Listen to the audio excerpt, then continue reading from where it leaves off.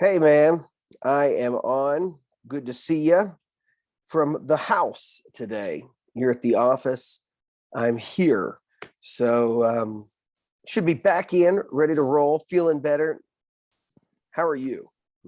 I'm doing pretty good. Yeah, just I'm over my sickness, and I think you're getting over yours. I just can't smell anything right now. That's about it. So but that's not too bad. There's certain things that, it helps to make things taste better to not smell them. So feeling okay. It's kind of like a metallic-y smell. But that's not what we're here for today. We've not done one of these in a while, and so it's time to just get one done. So happy Thursday to you.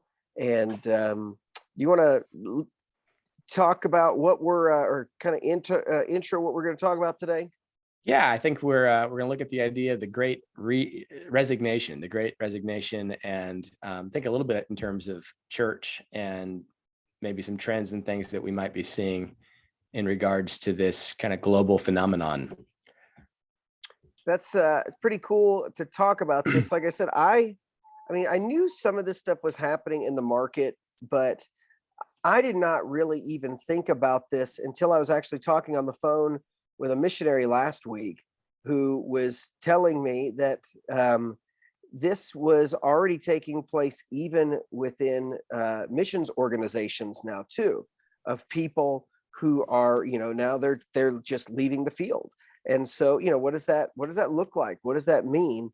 And so I think there's some things that obviously we don't figure out, like comment on what's happening around the country. But I know for some people, I think as they're going to listen to this, it's just probably a good question to think about. Like, okay, for you who's at home and maybe you are thinking about time to reshuffle, are there any theological maybe things to think about, to process, before you make a jump? So should we just jump, or should there be some things that we need to think about? So that's kind of what I wanted to, I guess, talk through as well with you on this. Yeah, I think that's where we're headed. So why don't we jump into prayer, and then we'll start working through it. Let's do it. All right, join me in the Lord's Prayer. Our Father, who art in heaven, hallowed be thy name. Thy kingdom come, thy will be done on earth as it is in heaven. Give us this day our daily bread, and forgive us our trespasses as we forgive those who trespass against us.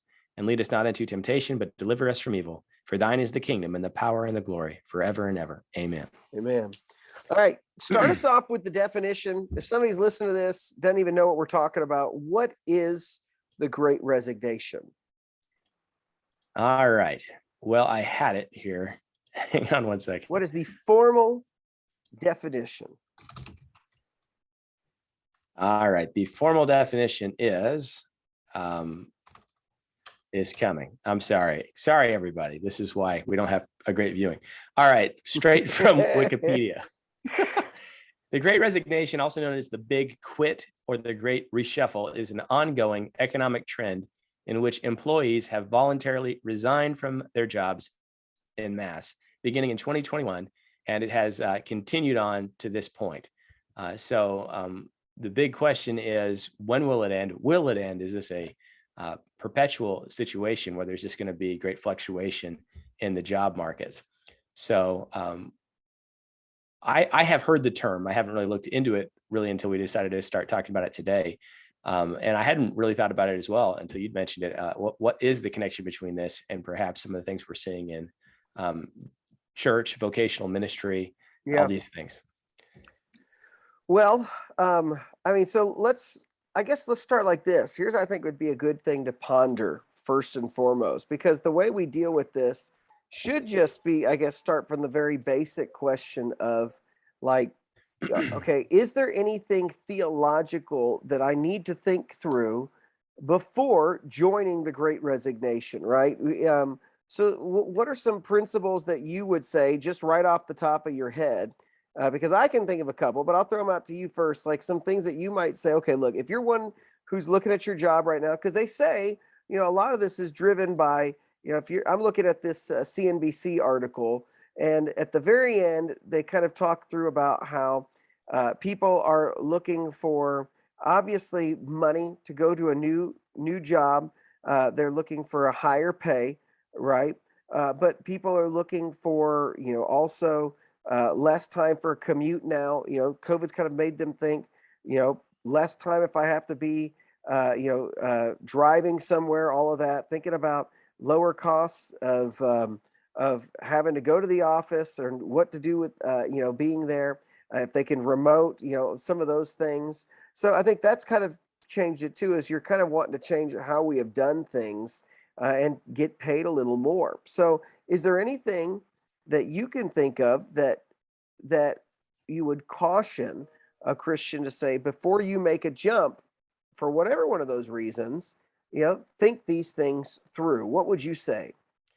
Well, I think this goes back to kind of a Lutheran Protestant principle of vocation, and that we shouldn't look at our job as simply I'm doing a job, but rather what has God called me to? And so if God's called me to serve where I'm at or to be at the company I'm at, do I view that as a calling? And I am actually going to represent Christ in that location. It doesn't mean that I can't go somewhere else. It's just uh, generally for the Christian, there's not a coincidence. We didn't land somewhere by chance. Rather, we believe that the providence of God is moving us. And so I think one of the big questions that we should ask, and I would go to James, that passage about let us go do these things and make a profit. And I think James chastises that idea, because they didn't say we ought to have, if the Lord wills, gone and do these things. And so um, changing jobs isn't necessarily good or bad. It might be very good, but if it's not what God is calling you to, then it would be bad. It's wrong to step outside of God's will. And too many Christians think opportunity means God's will, and sometimes opportunity is not God's will. It's a temptation. And so, I would say that those are some things you need to wrestle with. What is God's will for your life? What has He called you to do? And if it is time to move, at least take some stock of, well, why did He have me here? Yeah. Did I learn? Did I accomplish the mission that He set for me to do here? Does that free me to move on? Has He been preparing me for something else? These are some questions I Yeah. think we have to work through. I think, yeah, first and foremost, actually invoking the Lord and bringing him into the conversation before doing anything is important.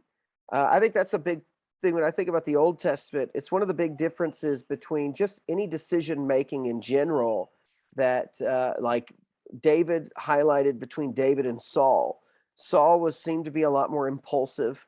And there's usually a phrase of David often is David sought the Lord. And when David was going to do something, he would always ask the Lord. So I think invoking the Lord, asking him, I will say this. I think, uh, what was it? There's the J.I. Packer book, Knowing God's Will, which is a great resource, I think, for anybody to kind of work through. It's just something to think about, right? What does that look like that God would want me to move? Is this God's will? Is this God's will for me to change this job or what? I think all of those are questions we need to look at. I think a book like that's something, if you really are struggling what is that? What does God's will sound like? All of that. I think it's a good one to do. But I think at the minimum, we should consider that. Do you think, well, let me say with this caveat too.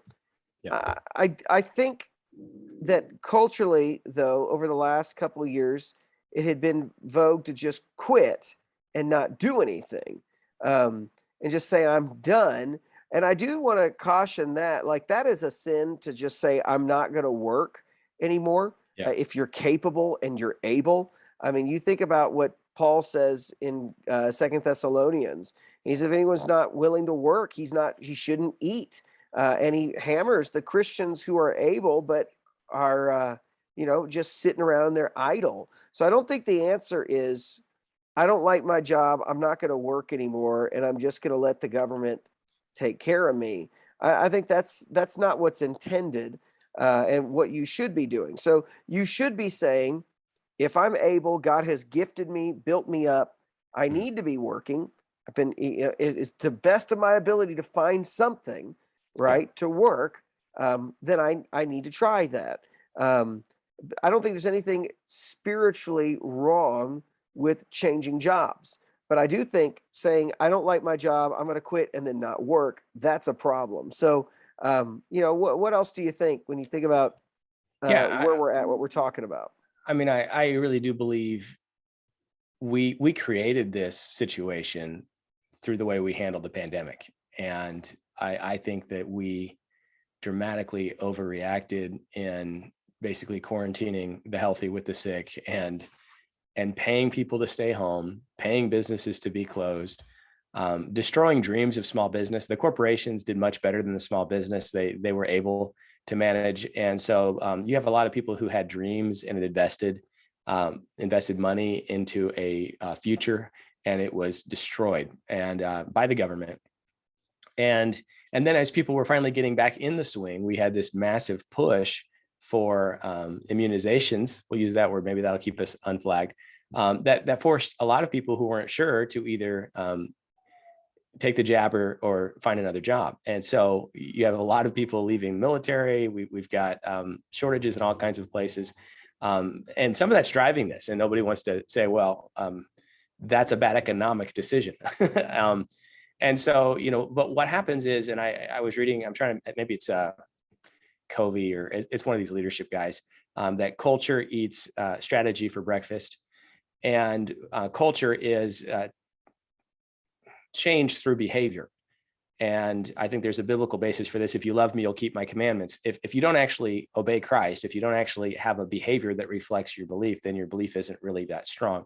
And we might have a strategy for growth and numbers and all that, but when we tell people don't work, and we forbid them to work, and then we incentivize them not to work, and then we get past this, and then we expect everyone's going to run back to work, we have created a culture of kind of freebies, a culture of looking for the easiest option. And when you got back to work, everybody's like, oh, why do I have to go back I was doing my job from home. Why would I ever have to go back to the building? You're taking away some flexibility that I had. The cost of inflation then, and massive increase in costs. Now I'm forced to go see if there's more money to be made. And so we've really created a big mess. And I do think it's going to end. A lot of things I'm reading are like, maybe it'll never end. It'll just kind of be here forever because the boomers are going to retire as soon as this thing's getting over with. I think it'll end because fear will drive people to hold on. So right now there was a lot of opportunity. There's poor behavior. Also, we were coming off a very strong economy. And I was talking to young guys in their 20s who just, it was the first boom they'd ever seen in their life economically. And they were super excited. I'm going to invest. I'm going to be a millionaire. And I'm like, whoa. Since 2007, the economy was pretty not great. And then we have this little boom in the second half of the Trump administration, or the first half of the Trump administration. And then COVID just squashed it. And so you have a lot of immaturity and lack of discipline from that younger generation that was just getting in to how things work. And, that's been pulled out from under them as well. So again, this, I think, is a phenomenon related to how we approach the pandemic. And again, economy is not just about money. It's about how systems work. And we destroyed it in order to preserve life. And I'm not sure how well we did that. But nevertheless, here we are. And I think that's a big problem. I think there's another issue there, but I'll kick it back your way for a little bit. Yeah, I think on the spiritual side, the way that you talked about before, of recognizing like God has wired me, God has built me, that for the Christian, I think you have the freedom in Christ to go wherever you want to go, do whatever you want to go. At this stage in life where He's placed you, especially if you live in America, you have a lot, still a freedom to just say, I'm going to pack up, I'm going to move to whatever state I want to move to, and take whatever job I want to take. And you have that ability to do that. And so you should be thinking though, how has God wired me? Have I completed and done what I've needed to do here where I've been? Is He done with everything that He's wanted me to do? Or I think another thing to consider too is is my gifting being used here to the best of my ability? So I should be thinking about those things. I think everybody should also be thinking about in terms of wherever they go, whatever job they launch to, should be thinking about your discipleship aspect of, have I been making disciples where I've been? and what is my plan to try to make disciples where I go? So I think those are big things to consider. Um, outside of that, man, there is a piece of where I do feel like there's some liberty to say, if the Lord opens the door for a change of venue, a change of life, if he used these circumstances as well, and you've really sought him to do this, uh, I think there's some freedom to just Yeah. say, in God's will, if I've sought these things, I've prayed about them, and it's time to go, it's time to go. If the Lord Mhm. doesn't want you there, he'll close that door, or he'll change your circumstances to bring you somewhere else eventually, if that's not the place that he's going to keep you at, right? Yep. But I mean, I feel a lot about the sovereignty of God in the sense of, uh, if he's going to open that door and allow me to move, then God's will was to open that door and allow me to move, because you could try all you want to go to somewhere, but that doesn't necessarily mean that he's going to move you. And Yep. so when the door does open and you think that that's the next place to go, then it's time. Then pack up and go. Yep. And you know, it may not be that he's got you there forever, but he might move you again. So I think, and I don't think there's anything super spiritual too about saying that you got to stay at your job for a certain amount of time. I know that that's a newer thing with millennials, especially, of Yep. like, people would used to work at certain places forever. I can't remember what the stats are on that, but millennials are some of the first ones that, like, we just hop. We hop to different jobs all the time, try different things. I don't think there's anything wrong with that. I do think stability is just smart, to stay stable in your career. But let me bring us to another thing that, if you don't mind, I want to change this up, because I was looking at one in front of me, an article of saying how we're seeing this possibly hit the church already. Mhm. And in the same way that people's habits have changed, you and I have already talked about this. We've seen this change in attendance already. And so that's something that we're already seeing, is in the same way that people have the attitude of, I'll just jump from one job to the next. Um, People are deciding, I'm either going to quit church and just be done, like we said, or I'm going to jump from one church to the next, or I'm going to jump from one church to the online stream of another church and not do anything. And that to me is a little more problematic of than a job change. Would you agree that switching churches is a little bit more of something we should pause on than necessarily, I don't know, or maybe in their same level about than jumping to a new job? What are your thoughts on something like that? Well, again, I think people have been making decisions like this for a long time on, do I need to move my family? Do I need to take a new job? Do I need to follow the opportunity? And the way of processing that really should not have changed much since the pandemic. What we're True. seeing is that something with the result of the pandemic and the current economic situation has um, given people permission, perhaps, to pursue opportunity that they might not have given themselves permission to pursue before. And again, if that causes a move or something, that might require you to find a new church. But if this is just a consumer driven thing, and you're looking for something to make you happy, and so you're quitting your job because you're not happy there, you're starting a different job because maybe you'll be happy there, and if really you're trying to seek fulfillment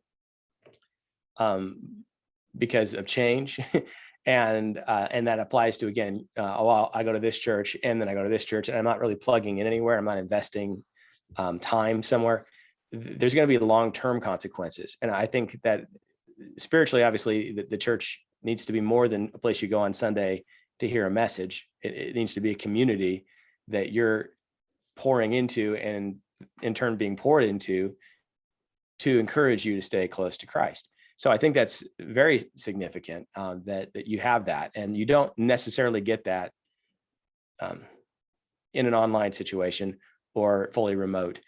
You get a little bit of that, but again, the closer you are to that group, the more that you're going to experience, and so that's important. Same thing, though, I think applies to work, and I think with this situation, there's a psychological piece here. So beyond the behavior, there's a certain sense of when you've gone through something hard and you got through it, there's a real high that happens psychologically, and also it usually is followed by a real low. And I think a lot of people, we got through the pandemic together. It was a very stressful time, and it was stressful at our jobs. It was stressful at our houses. It was stressful at our churches. And so we got through it and we rejoiced. But after we rejoiced, it was like a waves of depression, waves of just feeling that drain, I think have hit a lot of people. And this is kind of a normal thing. People will talk about, you get the high and then you get depressed. And like, now what I'm supposed to do? And the thing that was, the vision for my church was to survive that. And legitimately that, I'm not just using that as a ethereal example. That's a real example. At North One, losing my dad, the pastor, I've been trying to survive for 2 years, and we did it. But I don't have a long-term vision, go and make great things and all that, and so I'm kind of thinking in my own head, okay, what's phase 2, right? We survived. Now what's what? Next? And so I think a lot of pastors and a lot of people are basically just hungering for something new. And I think that's driving some of this. And they might not even be getting better jobs. They might just want something new and something fresh because we want to put this behind us. And I think that's driving some of it. And that, again, it could be good. It could be good. Mission accomplished. God's got you. He's got something new for you. But it could also just be a natural part of how life works. And when certain things happen and crises happen and we get through them, there's just a desire to put it to bed and to move on. And if that's driving you, you need to kind of have some soul searching and pray through it. And again, use the normal processes for moving. Don't just give into depression, give into hunger for something new, because God may not be through with you where he's put you yet. And opportunity isn't always good. And so that's kind of how I process that, because that's how kind of personally I felt about it. And then I turned 40, and so now am I doing a midlife crisis? But I heard of a church in town that got 200 plus applications for pastor. And normally that church would have gotten maybe 10, maybe 20, 200. And they're trying to sift all this. It's because so many pastors are like, I just got to get out. I got to get to a new thing. I knew a pastor who did a great building program, new sanctuary, finished it and was so excited. The church, it had been a huge burden. And then he left the church a year later. And a lot of it was that same kind of thing. Mission accomplished. I'm exhausted. I'm tired. And I, even though now I should be reaping the rewards, I'm going to leave. And I think sometimes we cheat ourselves out of the fruit of that labor because we give in these kind of darker times or these unsettled times. Yeah. Well, I think on the church member side, though, I was just hearing somebody talk about recently that, changes that happen in the church, because what happens too, in the same way that we view the marketplace, oh, I don't like this boss anymore, or I don't like the way that it is anymore. That's so common in the church. And I think that's where I get a little bit more frustrated on certain stuff like that, which is, if you're, in a sense, you're binding yourself to this church body, and your commitment to the church body, to the membership there, should be more than simply, I'm here as long as the pastor's here. I was hearing about just the other day of a guy.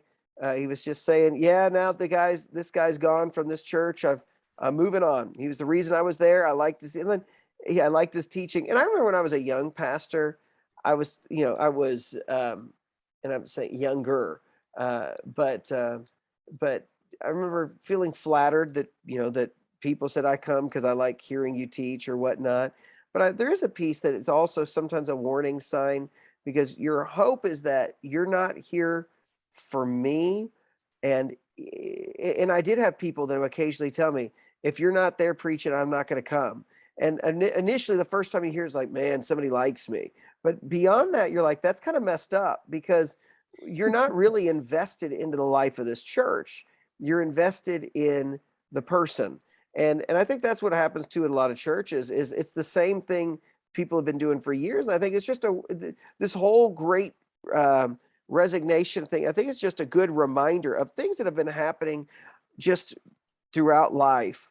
But now I think I just saw the numbers, like 44% of the job market is looking, right? Yeah. I think church people should pause a little bit more, go look. But I also think for your church, maybe you're looking for a change of venue.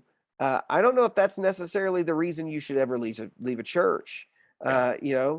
I think if God's brought you there as part of the family, just because you don't like the music anymore or the guy Mm. that they put in, those are not reasons to change. Or just because you don't like coming anymore or you're tired, like those are all reasons to not just quit. Though I think God has blessed many a pastor for shifting people out of the membership as well through that.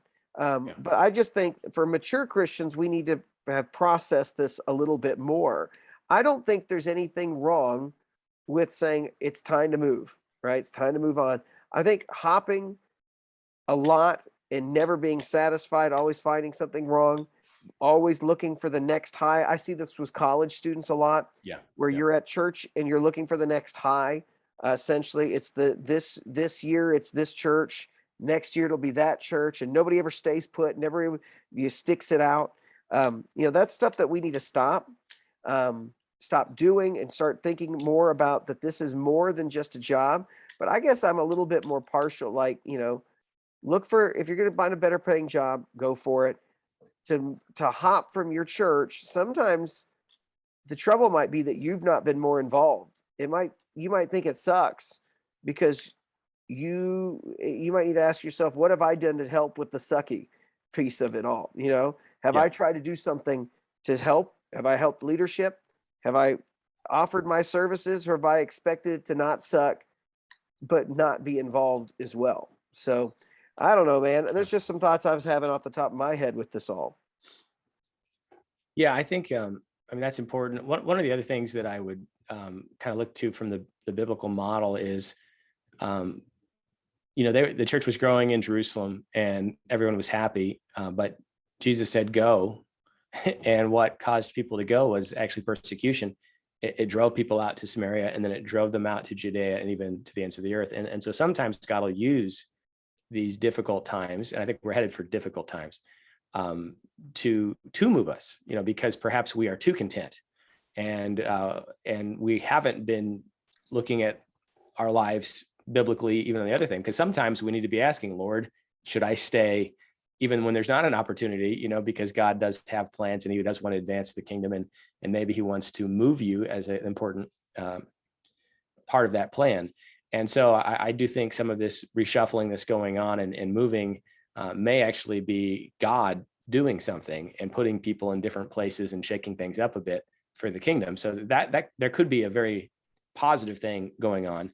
But right now, I just know that the sense is I need to go. I need something new. I just need a break. And that's not the best driver. The other thing I was thinking too is I believe that the groups that are most susceptible to this, I know that a lot of baby boomers chose to retire early as a result of this. And, we had enough in the nest egg, we'll go ahead and just vacate. And then I think the younger generation, the Zoomers coming in, and those that don't have kids yet are going to be more inclined to be adventurous and try new things. The in-between are those like you and I, we got kids. And anytime that you're making a move, you're thinking beyond yourself. You're also thinking about the family, what's this going to do, new schools, and, we're plugged in and we're invested. And I think that is the most biblical mindset when it comes to this, because we're not thinking about ourselves. We're thinking multi-generational. And sometimes you need to recognize that America has trained us all to be consumers and what can I get out of things. But if you look at the Puritans and you go back generations, there used to be a mindset of we're investing for our grandkids. We're investing multi-generationally here so that God will have a witness here, and he's called us to that purpose. And those are the things that I think we've really lost in our culture, because we really don't think that way. And that used to be more of the norm. Is you stayed put, you invested in an area, families were multi-generational. And then, yes, opportunity pulled a few out here and there, but you would find that a lot of people would live in the same place for a long period of time. And I think that is a good thing, unless God's calling you out. But that's another thing I just think would help balance our view of life, that it's not about what can I get in this moment. It's really what can I give to the next generation? What can I do to leave earth better than when I got here, more following Christ, more in line, that the next generation will have a chance to advance the kingdom of God? And the escapism that I'm seeing is the opposite of building the kingdom. And so that's another thought, I think, as well. Think about the people that you won't impact if you leave. Think about the relationships you've invested in at your job that maybe they're primed for the gospel. Think about the things that are going to take 2 to 3 to 4 years for you to regain at the new place that you have today because you've been planted. And those are the kind of things that I think they're not tangible when you're looking at a move and you're looking at money.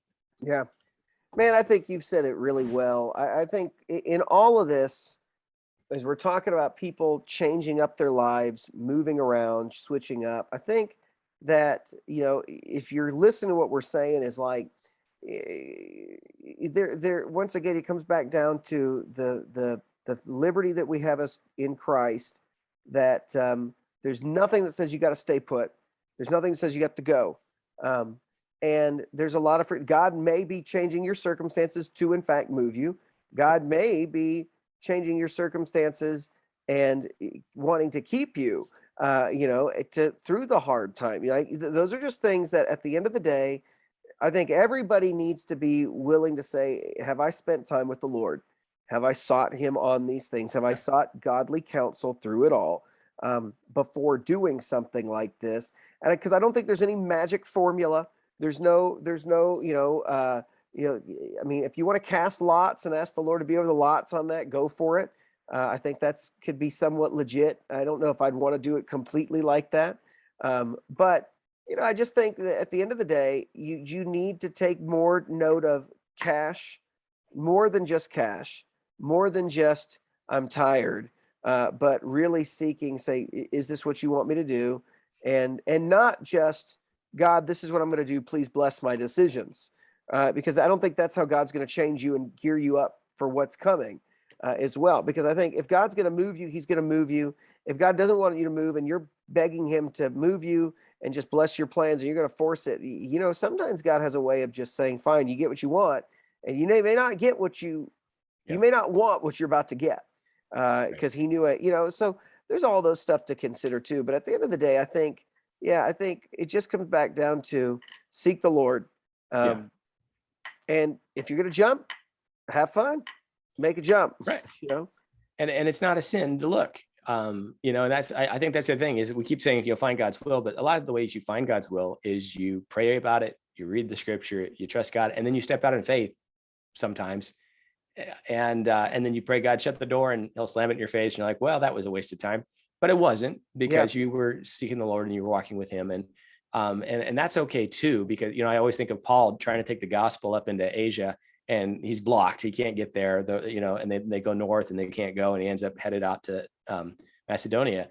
But again, he wasn't sitting on his hands asking God to move him. He was trying to do the best he could with what God had called him to do. Yeah. And that was testing some boundaries. And I think that's helpful too, sometimes too, because you might be, I'm wired to stay put. So I'm the guy that needs a little bit of a kick in the pants from the Lord to say, get moving. And some people are adventurers and they don't want to stay anywhere more than 5 minutes. Some of that is just kind of how God made us, but, so you might be missing an opportunity if you're not looking and asking and kind of exploring what God could do. And that just because a lot of people are changing jobs doesn't mean that you should sit on your hands. At the same time, if you're just looking because you're dissatisfied, that may not be a good enough reason. And then spiritually, again, I think we both agree. You're always called to the church. If you're just shopping around right now because you're consumer driven, then you've missed Christianity, because Christianity is about selflessness, not about what you can get. So, hey, man, I think we've hammered this one as much as we can. I don't know if there's anything else that I could even offer to that. I think it's just helpful to think through. Like I said, this is something I started even thinking about just last week. I was just recognize that it's hitting everywhere. And so it's good to just kind of talk through it with you. So I'm done. If you're done, I don't know, man, we can do another topic another time, but I think we've we're killing this dead horse even more We- so. We should do a whole hour on casting lots. I think that's what we should do next. I think it's biblical, man. I think we'll cast lots. I think it's good. We should. There's something All to right. be Well, said. I'm good to close it if you are. All right, let's do it. Let's close together. May the Lord bless you and protect you. May the Lord make his face shine on you and be gracious to you. May the Lord look with favor on you and give you peace. All right. God bless you guys. We'll talk to you later. Thanks. See you next time. Take care.